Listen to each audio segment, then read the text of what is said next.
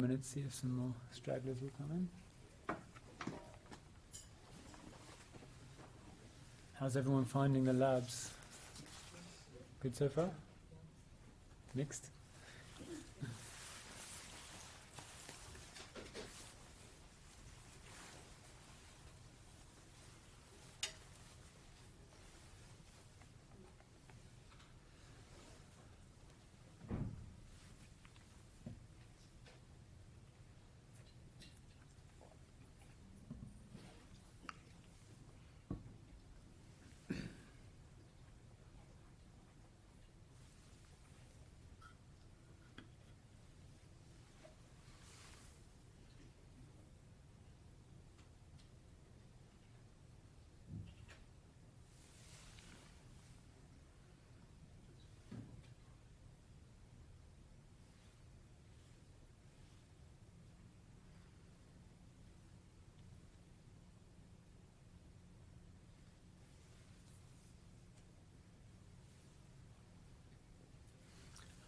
Just one more minute.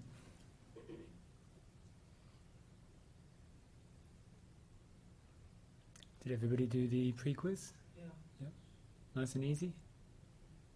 Yeah? Yeah. So those are just designed to get you to think about the material before you come.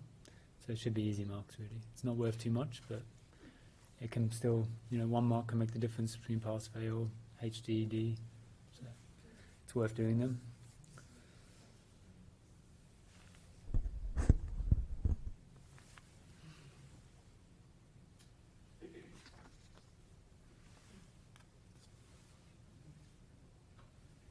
Okay, so I think we'll get started. I think maybe some more people will come in. I know some have to travel up from Waterloo, so we might get some latecomers.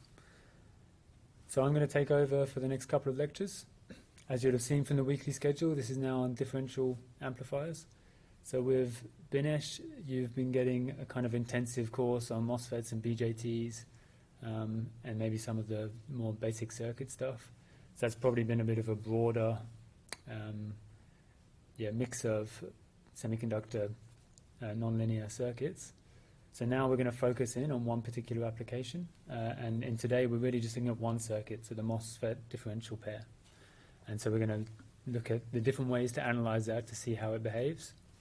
And then next lecture we'll extend that to look at the BJT differential pair and a few other methods for analyzing it. And you're going to have 3 labs on this. First one starts next week. First one's going to be all LT Spice, so all in simulation. Those of you that used AWR last year, hopefully you're happy with the move to LT Spice. That was some feedback we got. It's a lot easier to get going quickly. Maybe a little bit limited, but it's fine for our course. So that lab's going to follow this lecture quite closely. So if you're familiar with the content here, you're going to find that lab really easy, I think, and you'll get to the end of it no problem.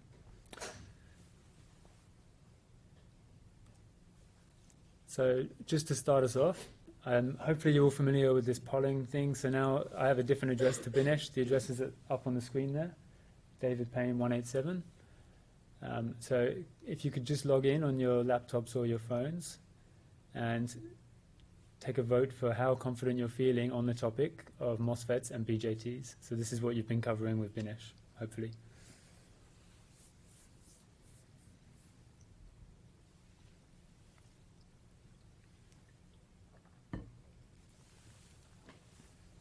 Good start.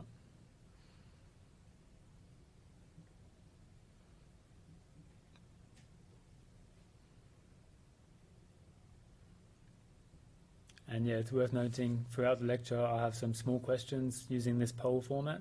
So kind of keep that web address up on your phone or your laptop. It will just save you some time later on because there's a timer to answer those questions. It's a little bit of pressure there, but they're all very simple. Nothing's going to be like a exam style question on here.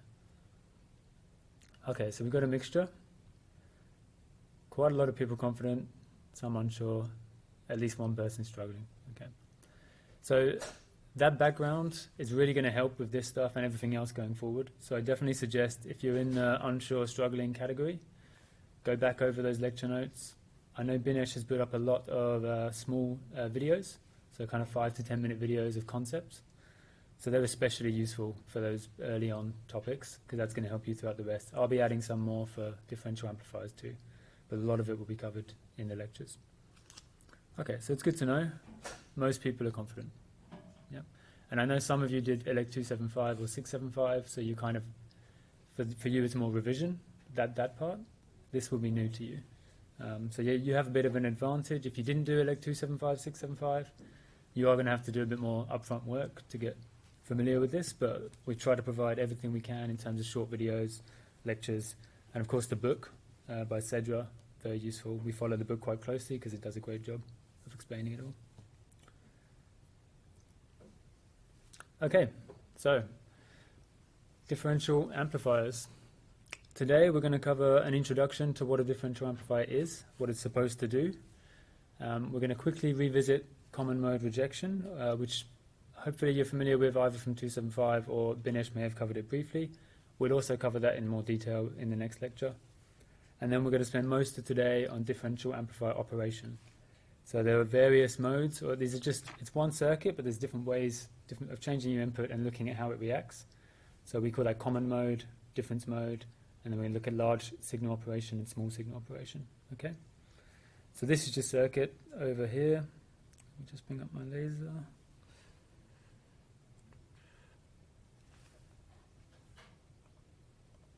It won't let me. Okay. Over on the right is your MOS differential pair circuit. So as some of you will recognize, differential amplifier is exactly what an op-amp is. So again, for those that did 275, we did quite a lot on op-amps. And this is your classic 741 op-amp circuit. So you can see it's a very complicated circuit. Okay, they cram all of that into these little ICs shown in the top right there, over here.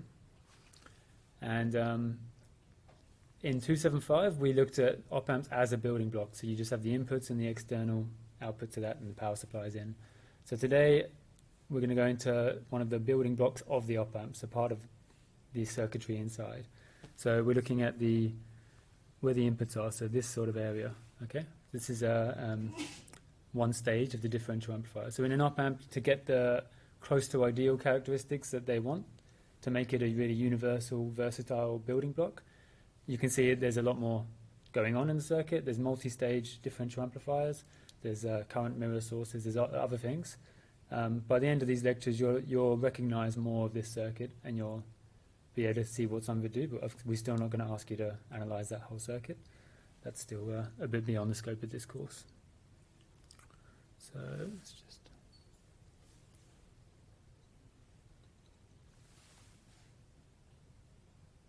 And yeah, for anyone not so familiar with ICs, I think most of you will be, but that's your 741 op-amp. So all of that circuitry is crammed into a very small IC. This is a blown up version of that. So this is just a giant version basically made with discrete components. And you can see it's got all sorts of transistors. These are all transistors here, a few resistors, one capacitor. So all of that through nanotechnology processes is made into this tiny IC.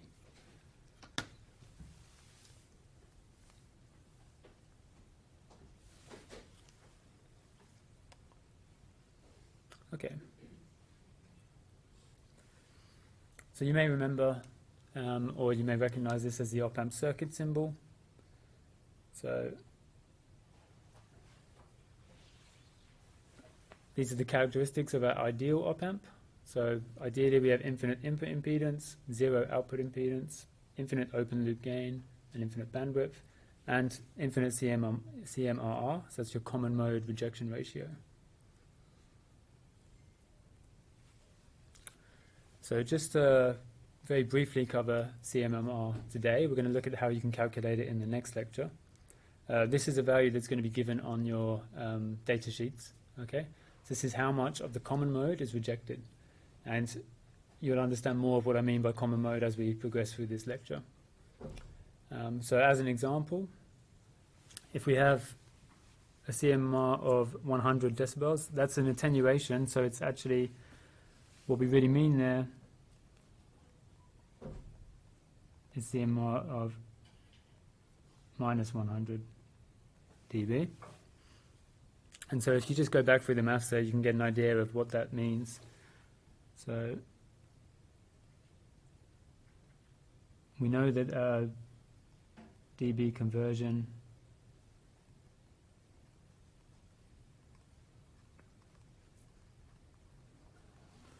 is a 20 log to the base 10 times the gain, which is our V out over V in. So that will mean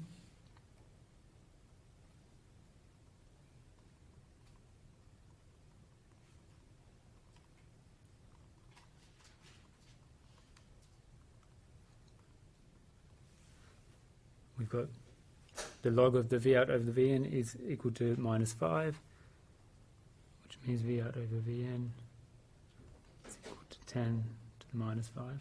Okay, so that's our V out is equal to V in over 100,000. Okay, so for the common mode, it's attenuated by 100,000 times, so that's a massive decrease in your common mode signal. Ideally, your CMMR would be, as we mentioned, infinite. Okay, so then it's completely gone. And as I said, we'll talk about CMMR more in the next lecture, and also in some of the labs, you're going to be looking into that. But I just wanted to touch on it today, so it's in the back of your minds. Okay, so differential amplifier. So this is an amplifier configuration where we want to just amplify the difference between the two inputs. Okay, so we have our two inputs, VG1 and VG2, and we wanted to look at the output, which is VD2 and VD1. I'm just going to try and change my presentation mode so I can use a laser pointer. Bear with me a second.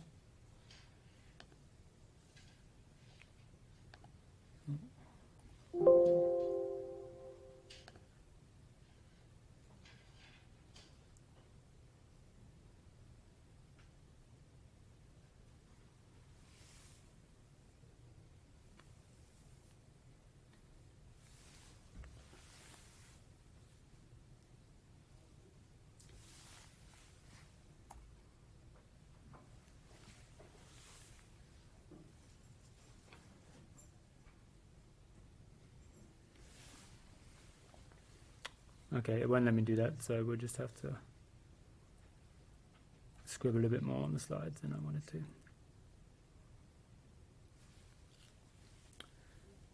Okay, so yeah, we have our inputs, and our output terminals are taken from the drain, okay? And you can take that output as single-ended, so it could be one of those output terminals against ground, but more often and more usefully, we take the differential output, okay? So that's the difference between those two output terminals, okay? The V out 2 minus V out 1. So the main thing to note here is the symmetry, okay? This circuit, as it is, if the Q1s and the RDs are all perfectly matched, then you have a perfectly symmetric circuit. If you have your VG1 equal to VG2, that's the only thing at the moment where we can adjust that breaks the symmetry. So why differential amplifiers?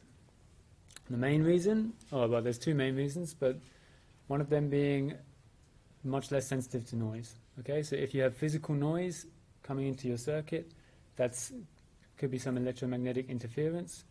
Your input terminals are likely to be, and in the case of an IC, are definitely going to be very physically close to each other, which means they're going to get the same noise, right? And therefore, if we only look at the difference in signal, then we don't amplify that noise, okay? So we can ignore the noise and only amplify what we care about, which is our signal that we've input into the gate terminals, okay? So that's one big advantage of differential amplification rather than just simple amplification of any signal, okay? The other one is, for the same reasoning with a differential output, you can go straight into another differential amplifier without the need for any coupling capacitors, because the second stage will ignore DC, so you don't need to add in extra capacitors to arrange your biasing, okay? So we'll get to that a little bit more in lecture 2, but that's a big help for ICs because capacitors are hard to do in an integrated circuit to get a large capacitance. and expensive to do, and they take up a lot of space in there. So this means we can kind of avoid all the coupling capacitors and pretty much eliminate any noise as long as it's coming in equally on the channels. So there's some big advantages there. Okay. So you've already learnt about MOSFETs, and today we're only focusing on the MOSFET differential pair, which is this circuit. As you can see, we've got MOSFETs here, not BJTs. But we do have a similar one coming up for BJTs in the next lecture. So you should be familiar with some of these output characteristics for a single MOSFET. This is our VDS versus our ID. We have these three regions, or essentially the two regions of triode and saturation, where you can split up the triode into two. So the first question, what is the amplifier going to need to operate at? Does anyone have an idea? So you can go on your phones. The address, if anyone can't see that, polyv.com/David Payne 187, and vote on what you think.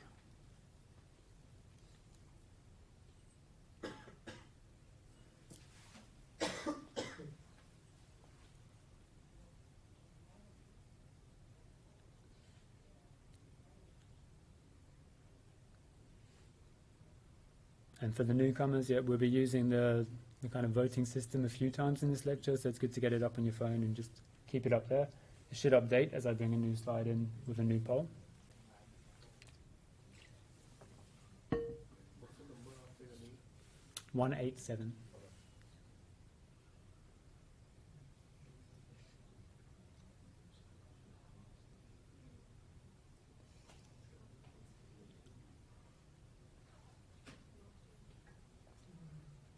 Okay, we've got quite a few votes in, so it's good. Nobody voted for A. That's a good start.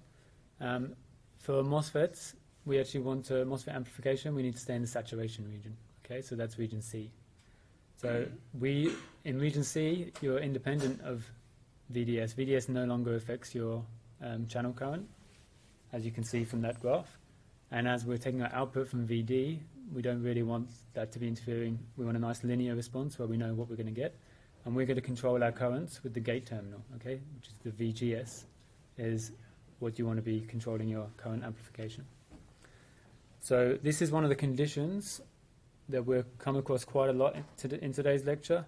For a MOSFET differential pair to be working properly, the amplifiers need to both be in saturation, okay? And you've learnt the conditions of that through the lectures with Binesh on when the MOSFETs are in saturation or not. Okay, so we're going to start by looking at the common mode, okay? So does everyone understand what common mode means? Anyone understand what common mode means? Yep, okay, so just the same input.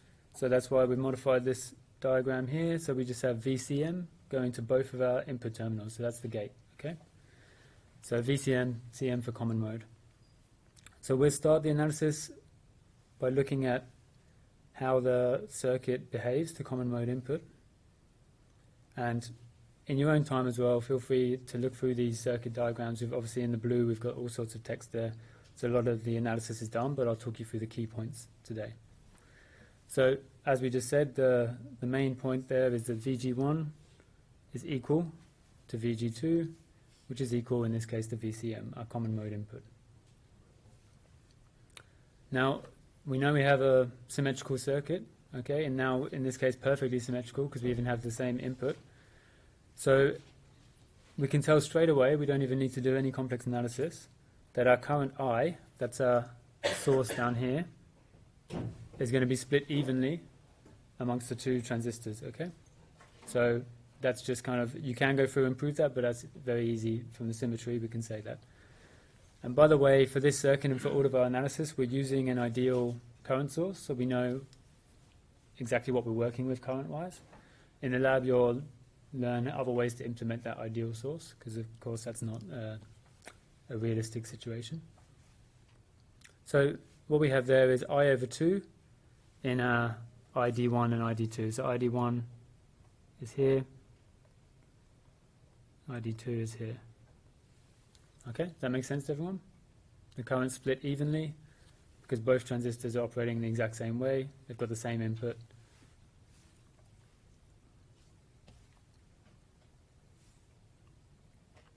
Okay, so that means the voltage at the source is going to be Vs, which is equal to VCM minus the drop across the transistor. So VGS, as you should know from Binish's lectures, is the drop from the gate terminal to the source. Yep.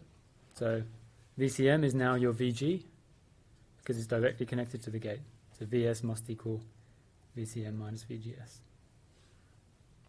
And the voltage at each drain is going to equal simply the supply voltage VDD minus the drop across that resistor RD. Yep. So that will give you your voltage here. My pen keeps going a bit crazy. Okay, does that make sense? Yep, so that's VDD, and of course your current we just established is I over 2, so VDD minus I over 2 RD. And in this case, again with the symmetry, so VD1 is equal to VD2. So then that means the differential output is 0, okay? Because our differential output, V out, is VD2 minus V1, okay? So if they're equal, must be 0. So through some very simple analysis, we can already show that for a common mode input, our differential output is 0. And that's exactly what we want. Again, we just said with the CMRR, we want to reject common mode. And so in this case, we have an ideal situation where it is completely rejected. So the CMRR here will be infinity.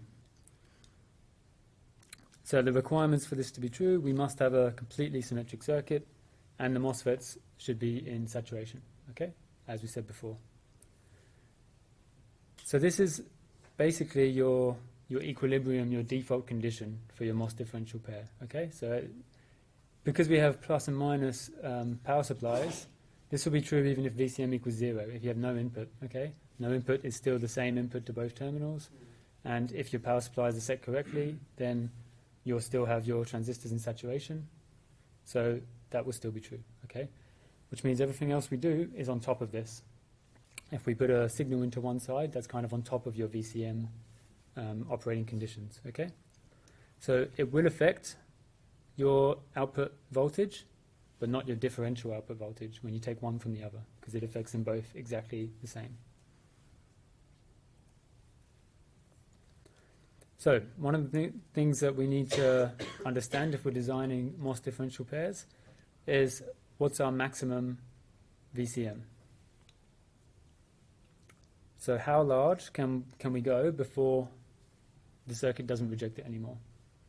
And the thing that limits this is the condition that the MOSFETs must remain in saturation. Okay, so because of our symmetry, we can look at just one side of the circuit, which we've got drawn here. And we know our saturation condition. That's going to be that VDS is more than or equal to VGS minus VT. Does that ring a bell to most of you? Yep, from your previous lectures. So this is the condition that we need to stay in, and that's what's going to limit our maximum VCM. So we can rewrite that.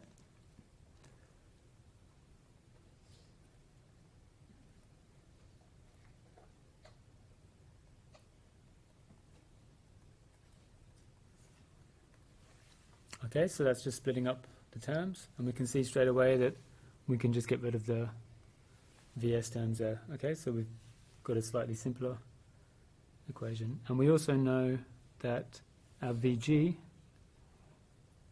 in this case, is equal to VCM. Yep, that's our input. And we know that our VD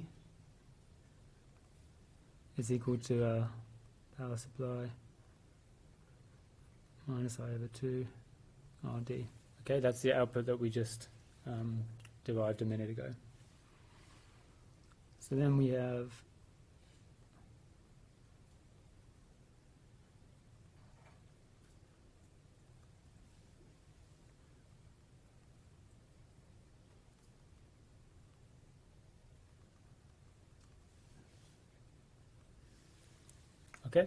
that's just plugging in the expressions into this equation here. Okay, so then if we rearrange that, we can show that VCM must be less than or equal to VT plus VDD minus I over 2 RD. Okay? And that's our maximum limit. Make sense? So, very simple, short derivation. That's the key information that you need to know at the end of it. And that's the kind of question you can get in assignments. What is the max? That's an easy question to give. On the exam, we could ask you to derive it. Okay, so then you just need to be able to do that simple analysis to be able to get that. Okay, so what about the lower limit? Okay, we have a maximum limit. There surely must be a lower limit. Now that's a little bit of a different situation. In our theoretical circuit, we have an ideal current source, but in reality, any current source is going to need a certain voltage dropped across it to work correctly. Okay, and that's actually what's going to limit our minimum value of VCS. So we have to, in this case, create that voltage source. So that's denoted as VCS there. Okay, so voltage on current source. So let's just go through that. So we already know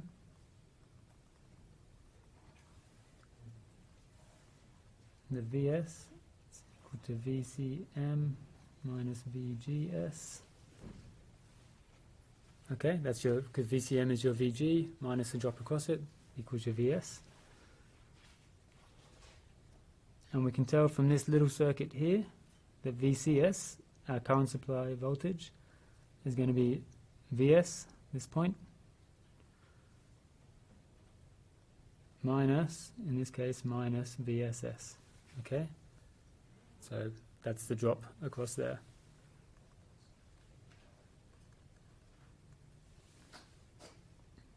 Okay. So there we have VS equals VCS minus VSS. Okay, so now we have two different equations for VS, which we can pull together to get an equation for VCM.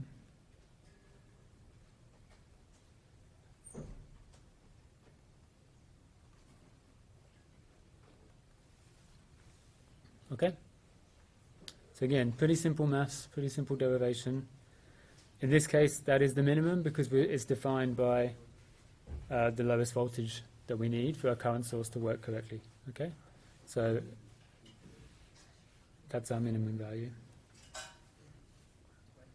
And you can see here in the formal equation there, VGS has just been replaced with VT plus VOV. So again, that should be something you're all familiar with now. Those are interchangeable terms. So that defines our input common mode range. Okay, we know the minimum, we know the maximum for our particular circuit design. So once you have your values of your power supplies and your resistors, you can work out the common mode range of your circuit. Okay, and as soon as you go out of that common mode range, it's not going to work well. Okay, so that would be something you'd if you were to provide that circuit to someone, you'd say keep your common mode within this range. Okay. All right, so we have a question for voting. So we have a differential pair, common mode voltage VCM coming into it, and the various characteristics detailed up here. So what is the VOV? That's a quick response at least. What is the VOV of each transistor? Okay, and it's going to be the same because we have a symmetrical circuit. So just find the VOV of one of those transistors. Okay? And you have 2 minutes to think about this. If anyone isn't already, I suggest bringing like paper and a calculator along to these. Again, the questions will be quite simple, but often you need a calculator at least.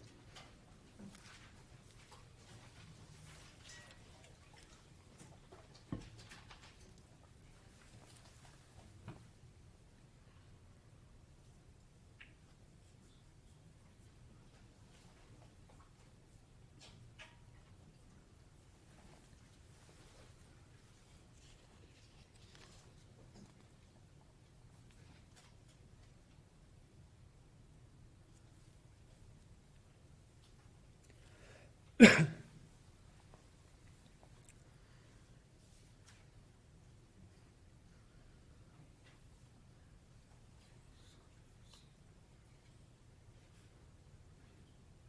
if you're clueless about it, then a hint just came up in the bottom left.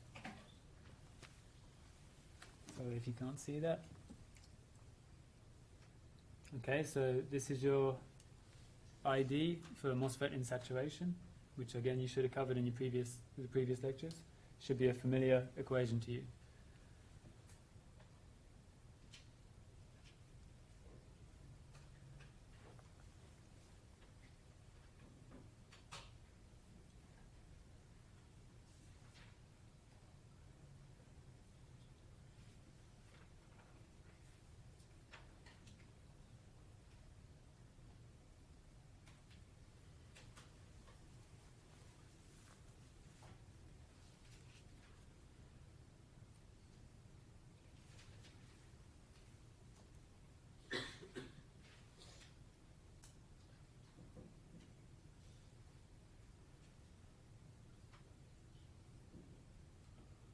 I'll give you a few more seconds.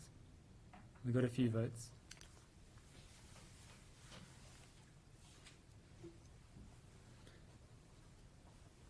Okay, so the correct answer is 0.316. So 14% of you, probably, which is probably one of the voters, got it right. Okay? So I'll go through how we get to that. So I think once this equation's there, like most of the steps are pretty clear, right? You can rearrange that equation to get VOV. So let's have a look at it. So in this case, common mode input, VG1 equal to VG2 equals VCM. Oh. Because it's common mode, we know that our currents are equal. ID1 equals ID2. That equals I divided by 2. So our ID current is 0.2 milliamps. And I think that's probably the mistake some people made that got double. You just use the I current, right? But it's half of that because it's split. Yep. So then with our equation down the bottom there, 0.2 milliamps, half Kn.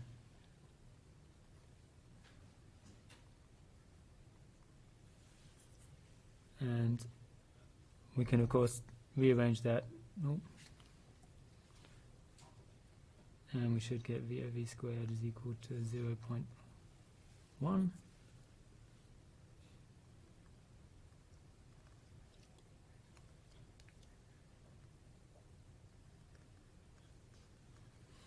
Okay, makes sense. So I think most of you were most aware there, but you just need to remember that the ID, in this case, if we're just looking at half the circuit, it's half the current. Okay.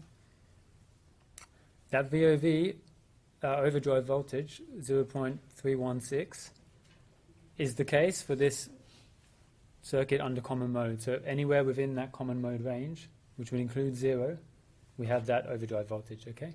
So if you have subsequent questions, then you already know the overdrive voltage if you're just looking at common mode input. And we have a subsequent question.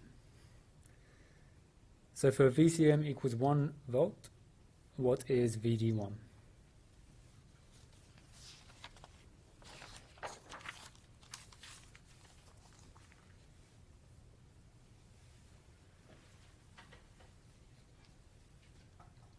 Oh, I didn't start the timer. There you go.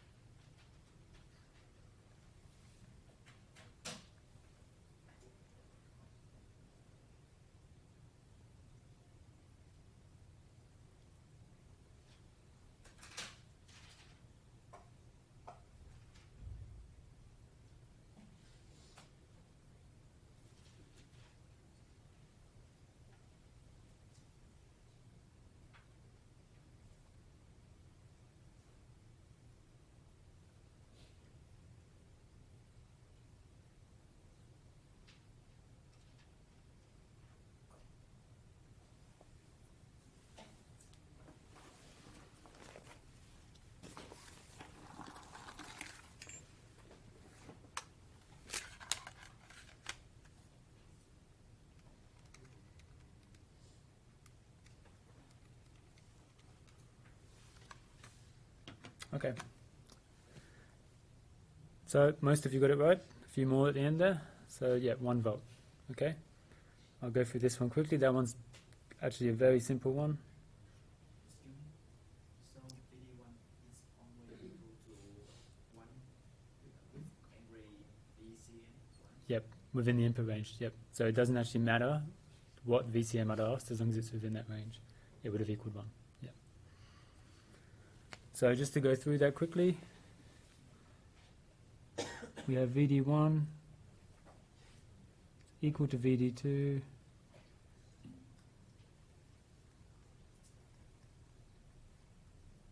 so again, as we derived before, that's equal to the voltage here minus the drop across that resistor, and the equation's on the graph there. And with our parameters written at the top, that comes out as 1.5 minus 0.5 equals 1 volt. Okay? So that was nice and easy. So as we mentioned, as we adjust VCM, as long as we're within the input range, so we satisfy our saturation conditions, that won't actually change. Okay? And you can tell that because VCM doesn't come into any of the equations there. So what about VGS and VS?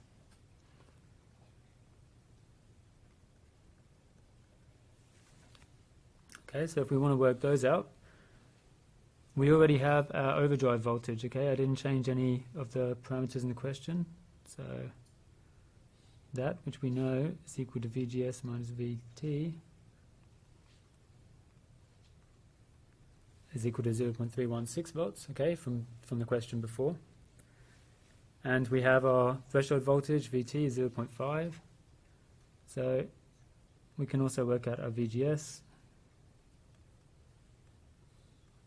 to be 0.816 volts, okay?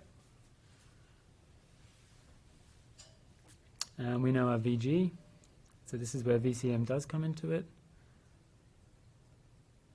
VG equals VCM, which equals 1 volt. So our VS is going to be equal to VG minus VGS.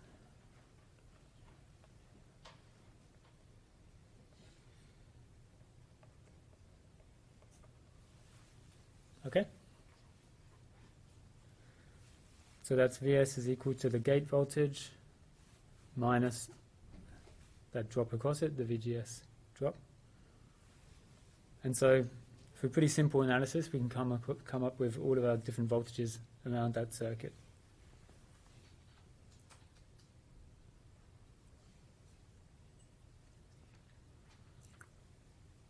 So what is the input common mode range? We already derived expressions for that, so we'll just go through now and get the numbers out. So VCM max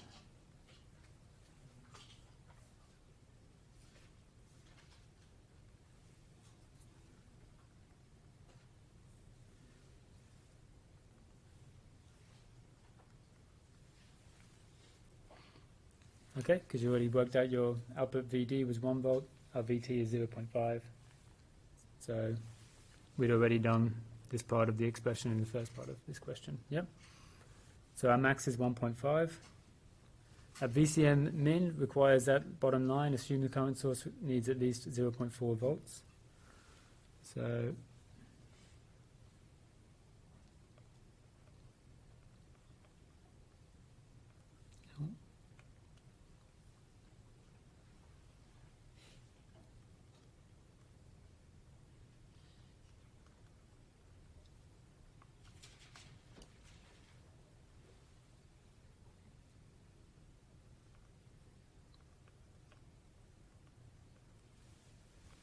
okay. All right. So quite simple to get that range out. So if we asked for the full range, then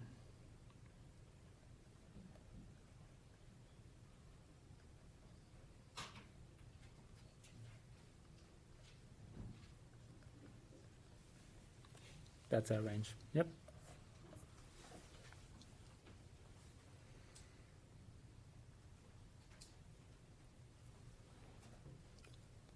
Okay, so another question. If we double resistance RD, will the range increase or decrease?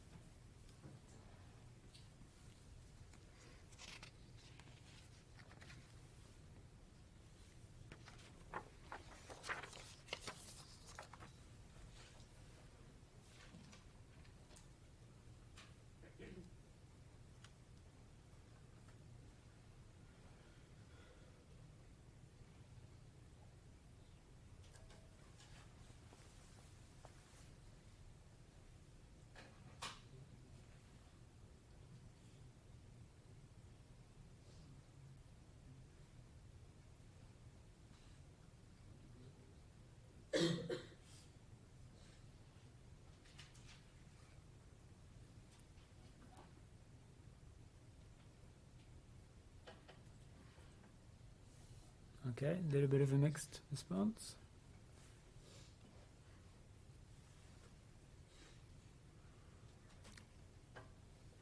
I have it. Everyone happy for me to go through that one?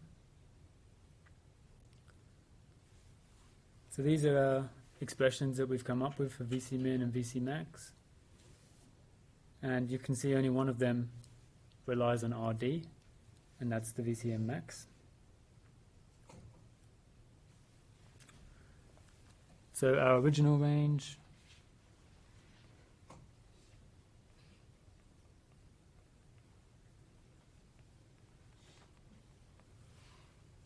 now, if we double RD, that's only going to change our max.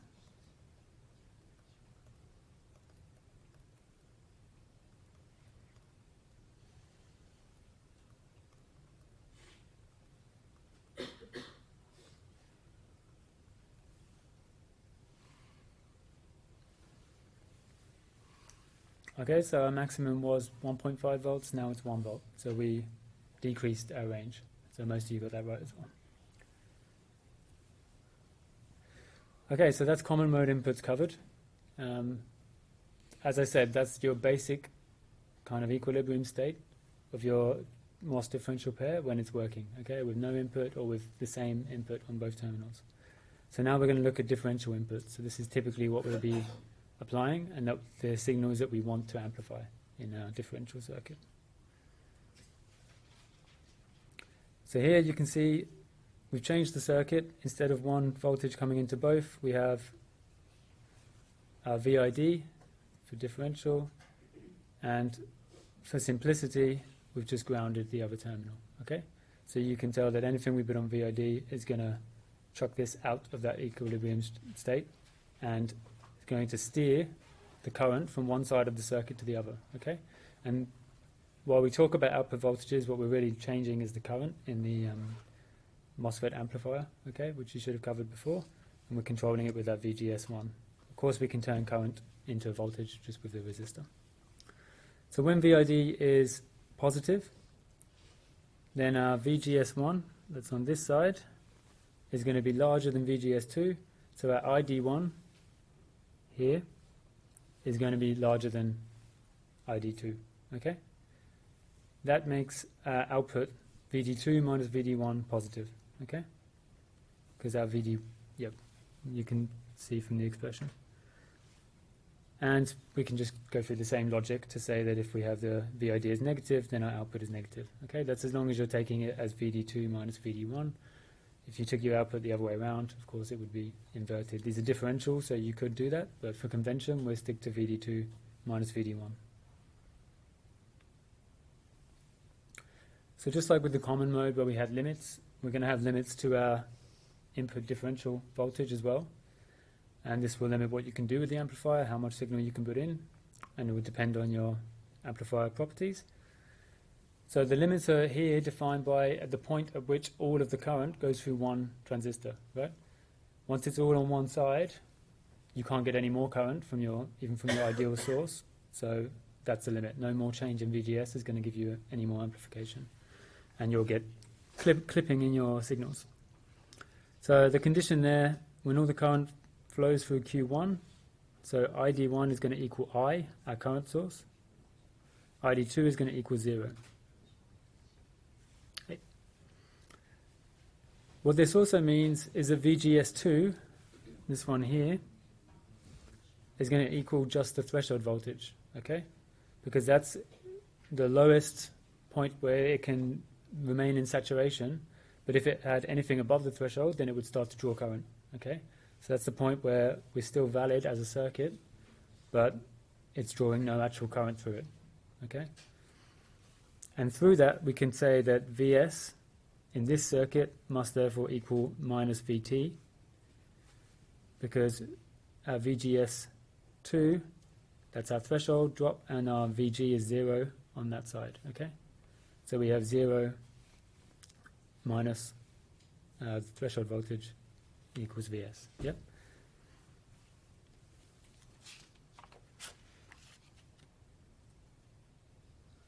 So VGS1, that can be found from our standard equation.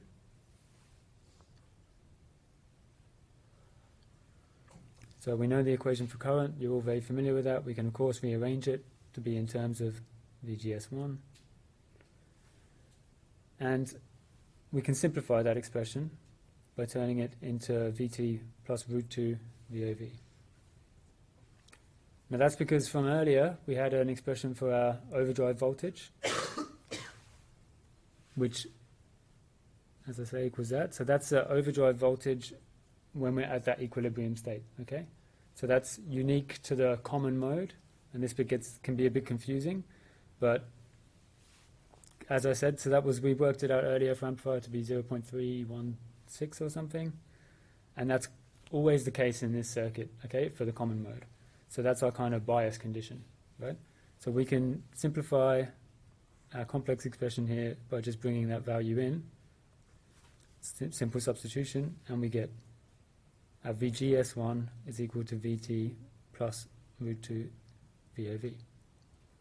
So if you want to analyze this, one way is to do the common mode analysis first to get your kind of basic equilibrium point, and then go on to the differential mode, because then you have your VOV.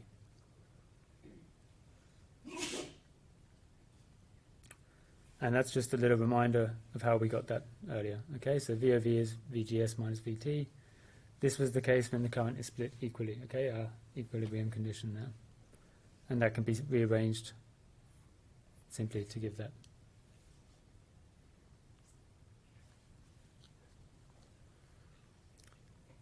Okay, so our VID max, the maximum signal we can put through here, the point at which all of the current's going through, that is going to be our VGS1 plus Vs. So that's basically just saying the equation for Vg, which is where our VID max is coming in. Now we already just came up with the expression for VGS1, being that part there, and we've also, through our conditions of the current being all on one side of the circuit, shown that Vs is equal to minus Vt. Okay? And Vs, as you can see, is common, right? So whilst we work that out for this side of the circuit, it's common, so it's also true of the other side, okay? Therefore, that simplifies our VID max even more and gives us our answer of root 2 VOV. Okay? So any further increase beyond root 2 of the overdrive voltage won't change your ID1. What it will change is the Vs, but we won't worry about that for now. You can do the same kind of analysis to show it for the negative side. So we get our input range in differential mode, root 2, minus root 2 VOV up to root 2 VOV.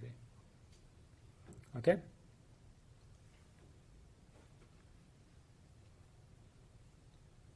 So going back to our amplifier,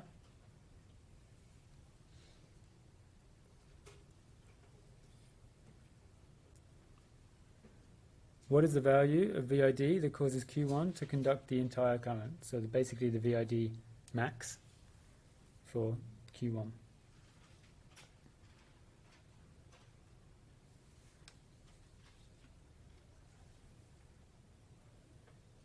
And I'll start the timer.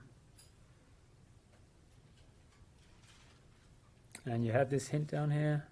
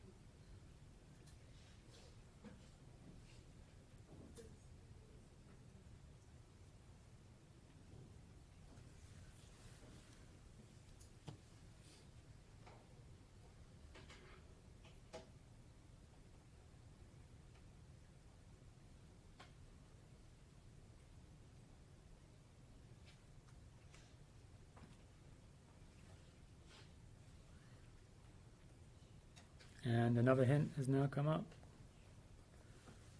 Just the equations we've just been looking through.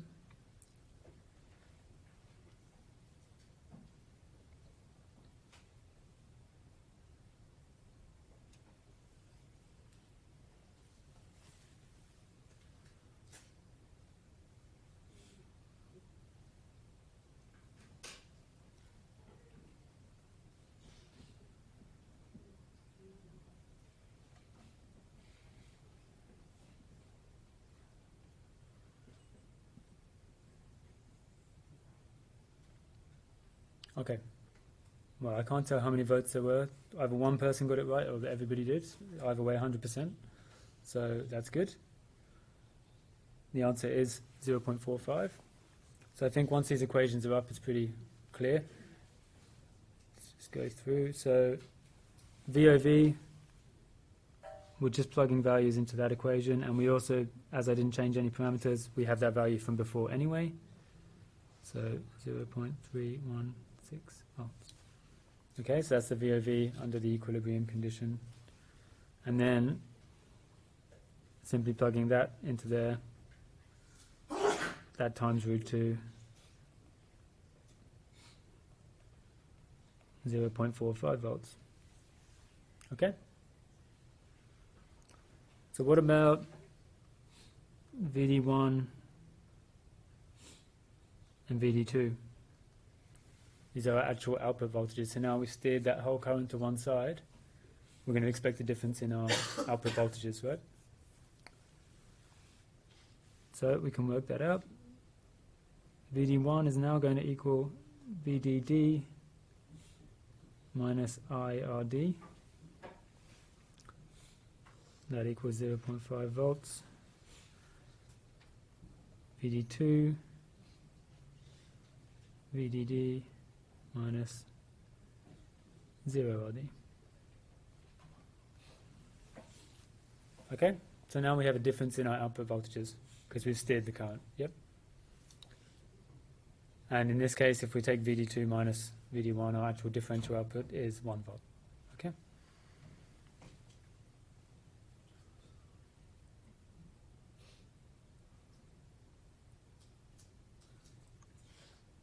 And you can see there's some small amount of amplification going on there. If you have your VID as 0.45, your differential output 1 volt. Okay, so not much amplification, but there is some gain. Okay, so that covers the common mode and the differential mode from a kind of conceptual point of view, where we've simplified the circuits to look at the input ranges and the limits of our circuit. So now we want to look at the large signal operation. So this one gets a little bit equation heavy, but it's not too bad. So I'd encourage you to go through it as well in your own time and get familiar.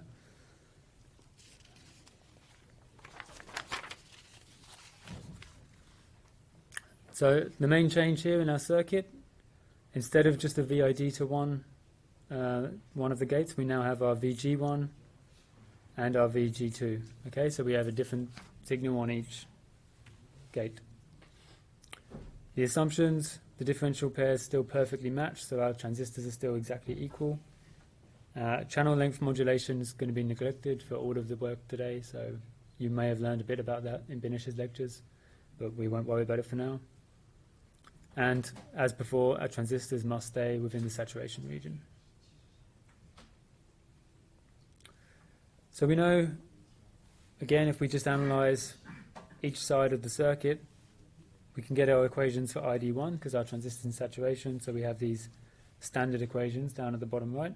Okay, that's our ID1 and our ID2. Just dependent, in this case, on these VGS1 and VGS2 voltages. Okay? So through rearranging those equations and simple substitution, we can turn that, well, here we've just done the square root, and with the, when we're looking at the differential input VGS1 minus VGS2, we can see that the VS terms will cancel out and we just have Vg1 minus Vg2, which is equal to some differential voltage, VID. Okay? So that's the condition if we're interested in the difference between these signals, okay? So if we're interested in the difference, we can simply look at the difference in currents, ID1 minus ID2, or in this case, our square root equations. And so hopefully you can see how these equations come to this. So essentially, that this term on the right here, when you expand things out, you'll have a minus Vt plus a Vt. They disappear, okay? And we've replaced our Vg term of this part, because we now have, if we do ID1 minus ID2, we have Vg1 minus Vg2, which is equal to VID, so that's come in here, okay? So again, step through all this stuff in your own time, make sure you understand how we get to each step. I'll try to add in enough level of detail, but there might be a few bits that get a little bit confusing. So then we can square both sides and substitute in I. That's because we know that whatever happens, ID1 plus ID2 must equal our total current available, I. Okay? So again, that step's pretty straightforward, and that gets you to this equation.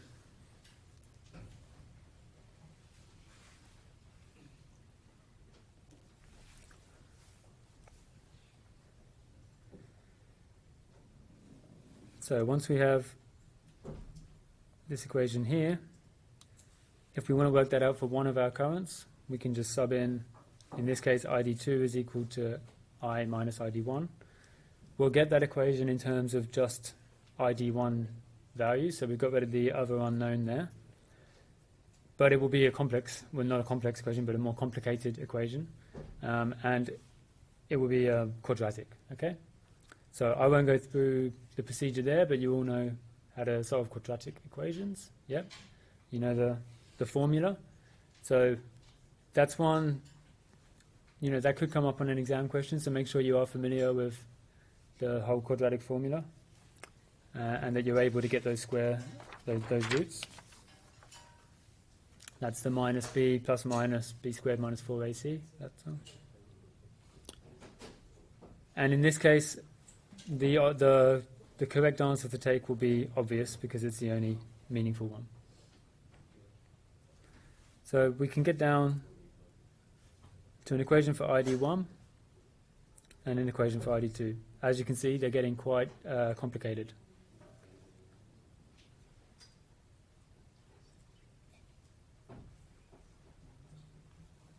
So we can try to simplify these equations a little bit. At the bias point, we know that ID1, ID2 are equal, and they're equal to I over 2.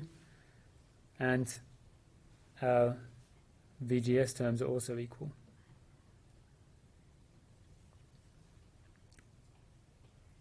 So we have expressions for I over 2. And we can bring that in and just simplify these equations that way. So this is, again, something you really want to go through when you've got a lot of time. It takes a bit of paper to get through it, but it's very provable. But it's just to get you to the output expression, which is just this part here.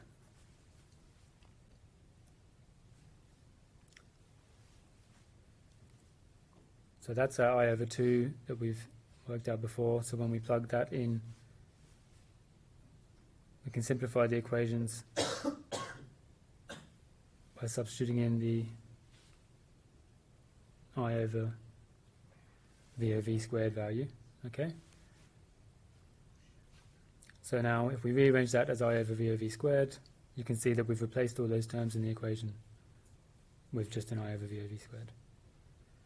A little bit easier to handle and to see what's going on in that expression.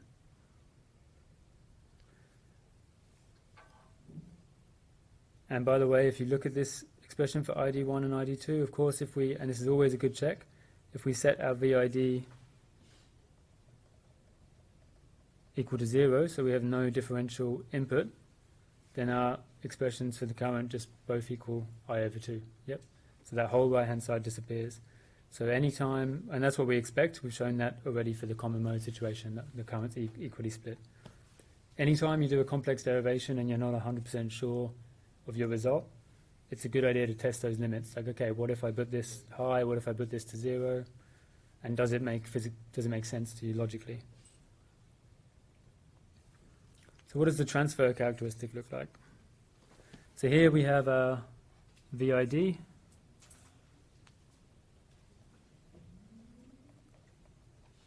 And then if we plot these equations that we've just worked out for the current, this is what we get.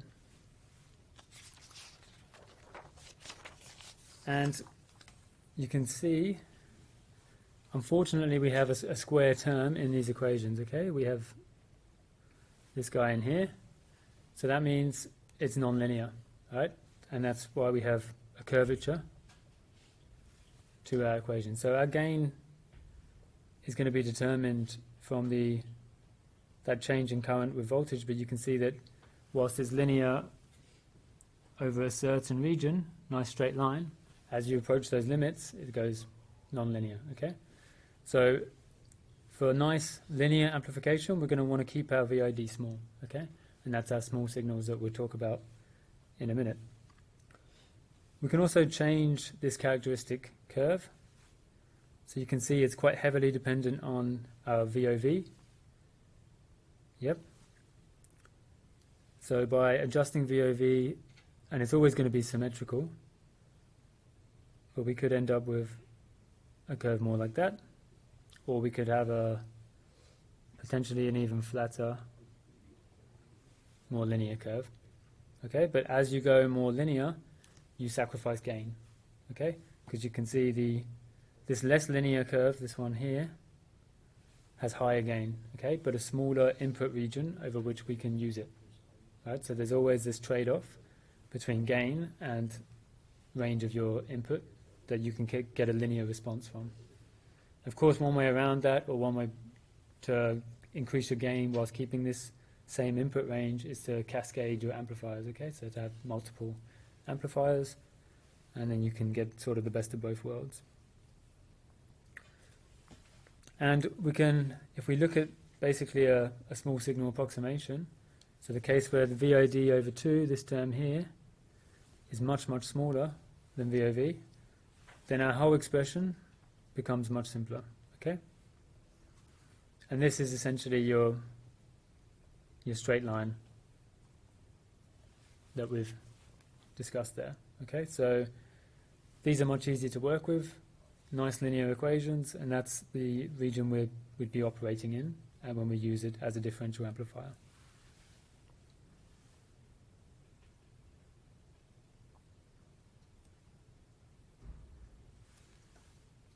And you may remember from your MOSFET fundamentals in your models, our GM parameter there is also 2ID over VOV, which in this case simplifies to I over VOV, because we know that our ID is half I. So you can see that we have that right in our expression here, okay? So things start to look a bit more familiar and can be simplified even further.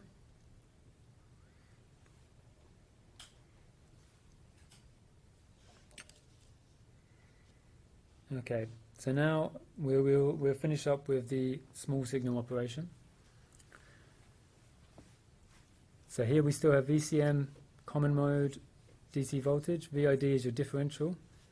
In this case, we ensure that VID is applied in a complementary manner. Okay, so whatever your differential signal is, it's half of it added to one side and half of it subtracted from the other side. Okay, so these are your actual gate voltages. Yep. On one side it's a plus, on one side it's a minus. And this is your, now we're getting into the really, the day-to-day operation of your differential pair, okay? Because you're always going to have some sort of VCM, some common mode, and then this is the bit that we're really interested in, our differential one. So getting your circuit set up to have an input differential voltage that's exactly even either side, that's something you have to think about when you're doing the input for these. When you're cascading differential pairs, of course our output already comes as a differential output, nicely split. If you've got one of the inputs set up correctly, then the output is completely ready to go into the next amplifier. So it's a nice and easy circuit to cascade. So the output can be taken, as I mentioned before, either from between VD1 and ground or differentially. We mostly focus here on the differential output. If you do take it between VD1 and ground, you essentially lose half of your gain. So you have some losses there. But at the end of your, let's say you have your amplifier circuit, might have 3 or 4 of these in it. Ultimately, at the end, you're going to need it compared to ground at some point to work with whatever circuitry you're linking it to. So at some point you'll have to take that loss, or there's a few other ways to work around that, which we'll cover in the next lecture, where you can still get the full gain benefit whilst you take a single-ended output. So for a simple analysis of this, we'll just ground the power supplies, remove the VCM for now, and the current source. But note the condition that we're still under these kind of equilibrium conditions where we're biased at I over 2, okay? Because that's how we know our transistors are operating. So even though we've simplified the rest of the circuit, because a lot of the terms, when we have all these things kept in, they're going to cancel each other out, right? So just to simplify the equations, we're basically setting some things to 0 and making life a bit easier.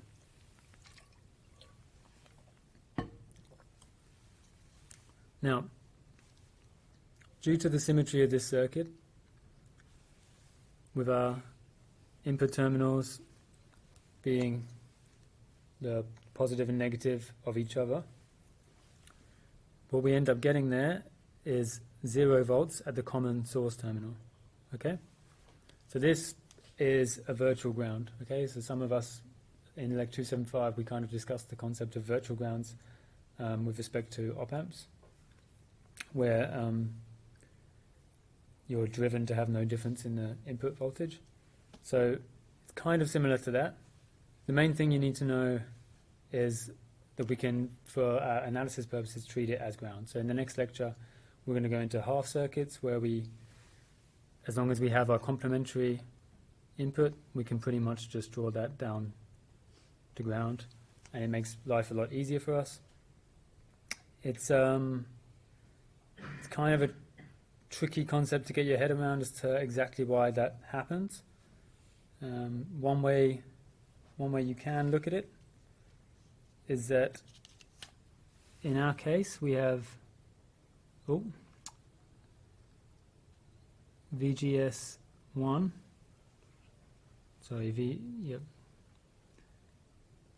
needs to equal the negative of VGS2.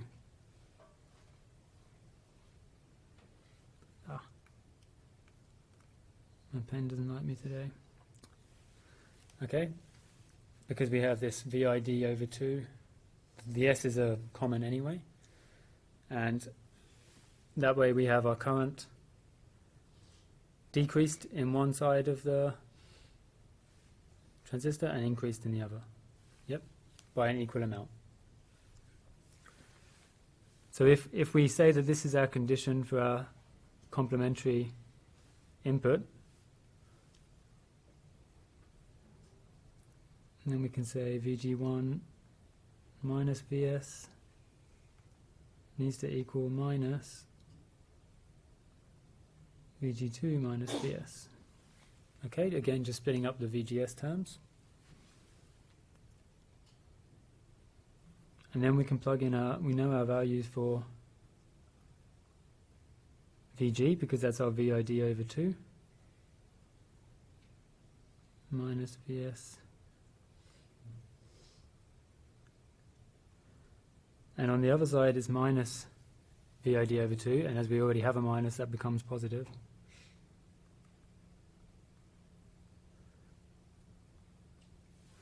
Okay, so we end up with that equation.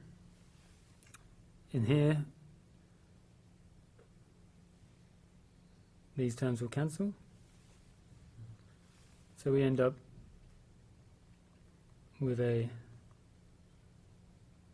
2Vs equals 0, Vs equals 0. Okay? That's one way of looking at it. There are other ways to try to get your head around the virtual ground, but that's one way to kind of mathematically show it to yourself. But essentially, it's just a concept you need to accept, and it makes everything else a lot easier. You'll also get to play around with it in the LT-SPICE simulations and things like that, so that might help with the understanding. So if the small signal condition is satisfied, drain currents will be proportional to VGS, related by the transconductance, GM. So that's this. These are our current terms that we just derived for within our linear region. That's why they're only approximate. Okay. And you can see the GM comes into here. So we can get expressions for our outputs. So again, we know these current values, and as before, our Vout1 is just going to be in this case, 0 from the grounded supply minus the drop across that resistor, okay? So that becomes Vout1 equal to minus GM VID over 2 RD, Vout2 being the positive version of that. So our gain, our differential output is one minus the other, which means some of our terms will cancel, and VOD over VID can be expressed with this, and we just end up with GMRD. So our gain is very simply your current times RD over the overdrive voltage, okay? And that's still the overdrive voltage that we were talking about earlier when we take the equilibrium case, the common mode one. So once you've calculated that, you can go straight to the gain of your amplifier. This equation is just from the mid-range frequencies, right? Yes. Yeah, so we're not going to go into frequency response too much here. Might cover a little bit of that in the next lecture, yeah. But this will just be, mid-band.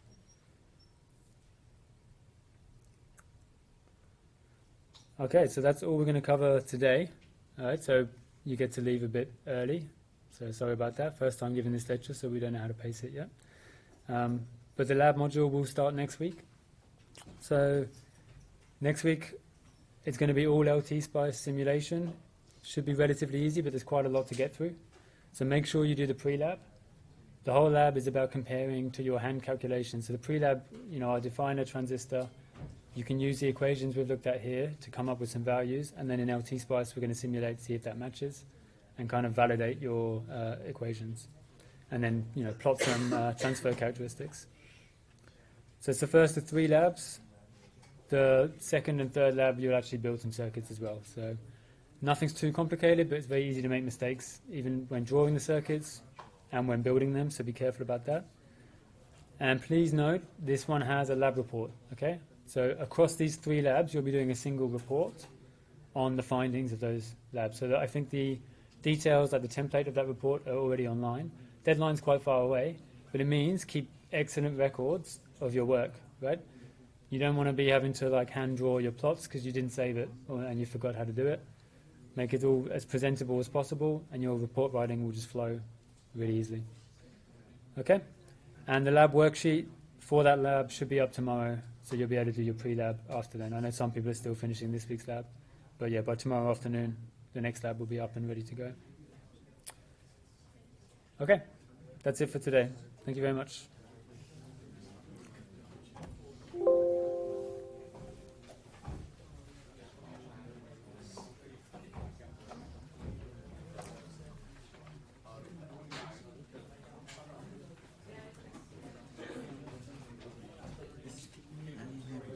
On the assignments because the problem is very weird. Yeah, for this one, Right. yeah, we have IC and we also has IIS. Yeah. Yeah, and if I use the formula I equal to is multiply exponential e to the power v over vt. Yeah. Yeah, it will have 7 milliamp, but this one just have 1 milliamp. For the IS. Yeah, for the IC. Yeah. So I think so. Binesh wrote these questions, not me. Yeah. And I don't know because the deadline hasn't gone yet. Yeah. He can't give you probably too much Yeah. assistance, but I think he did maybe send an update. Have you Yeah. checked the forum? Because there was one question that had an error, which was to do Yeah. with IS, and maybe you Yeah. need to either change it or remove it. Yeah. So check the forum because I think he mentioned that. Yeah. Or otherwise, speak to Binesh because I don't want to step Yeah. on his toes. If I give Yeah. too much tip on that, then Yeah. um, yeah. One more question with where is this? Because it's pretty weird. For this one, it's told to calculate the resistance of between drain and source. Yeah, drain and source. Mhm. But I remember that So you'll graph. need your models. Yeah, just for this graph, just VTS.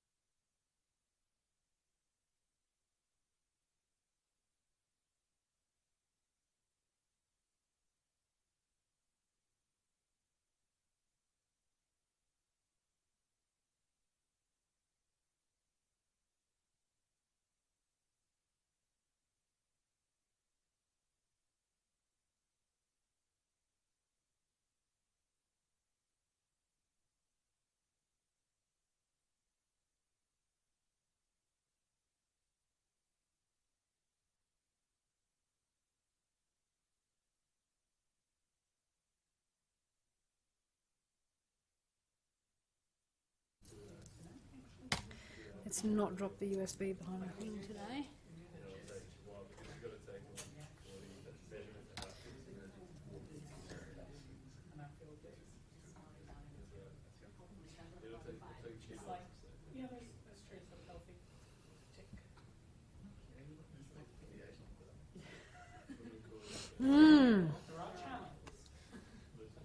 We should just flip the classrooms. What do you reckon? Do you flip classes much? You know, flip classroom? Well, I reckon.